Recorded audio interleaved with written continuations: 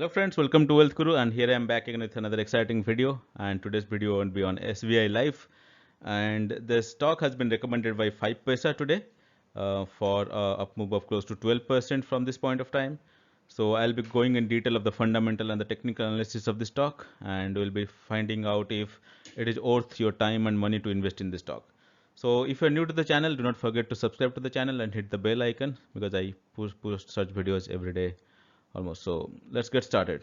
So SBI Life, as I said, has been recommended by 5 Paisa today, and the reason for the recommendation is that this has been trading flat for the past 9 weeks, and today, that is on June 25th, it has broken out from the small tight range and also moved up from the 21-day moving average.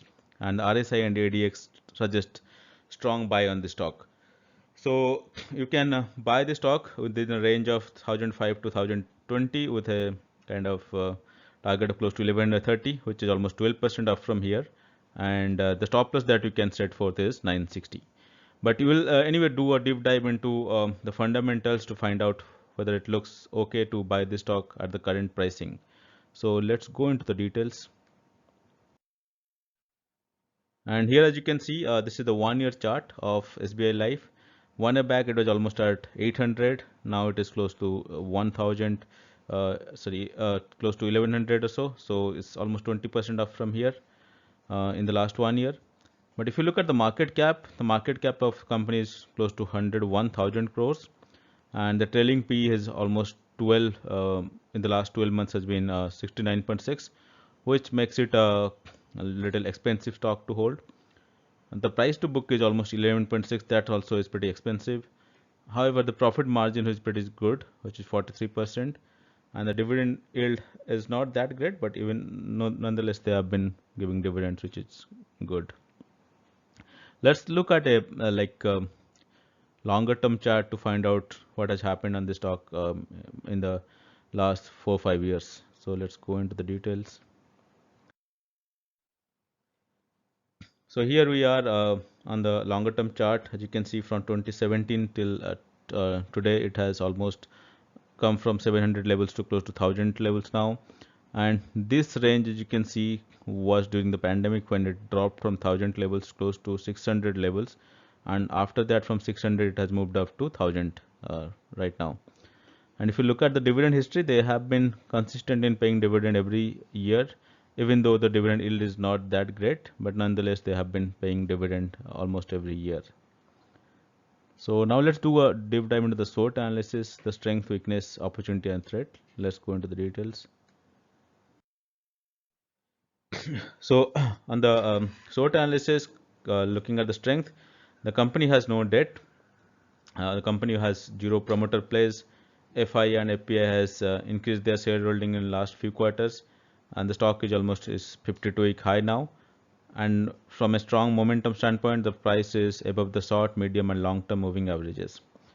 And if you look at the SWOT analysis, it has a lot of strengths, few weaknesses, few opportunities, and one threat. So now let's go into the weaknesses. In terms of the weaknesses, the promoter holding decreased by more than 2% in the last quarter. So quarter on quarter, there is 2% decline in the shareholding from the promoters. And if we look at the opportunities, there is positive breakout on the second resistance. There is negative to positive growth in the sales and profit with strong price momentum.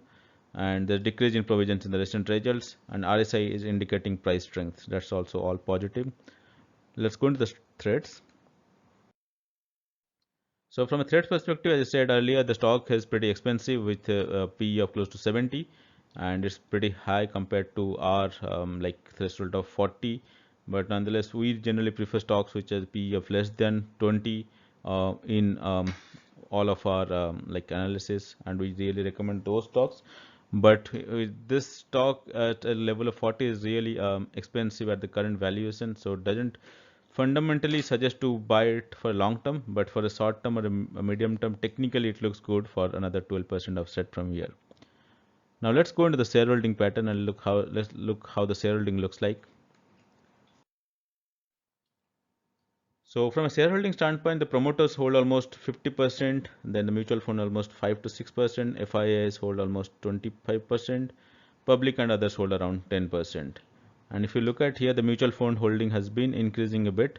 FIA holding has also been increasing a bit.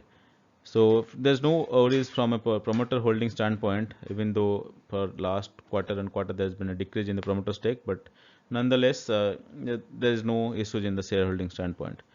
So finally, the verdict is if you are looking for long-term perspective, even though long-term perspective of the company is pretty good because most of the people are buying life insurance nowadays, considering what happened in the last 1 year after the pandemic.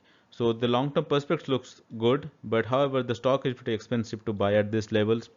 But you can definitely buy as per the recommended technicals from 5paisa to buy the stock at current levels for 2% upside from here. So hope you like this video, and if yes, do not forget to subscribe to the channel and hit the bell icon. Okay, bye. Please subscribe. Bye bye.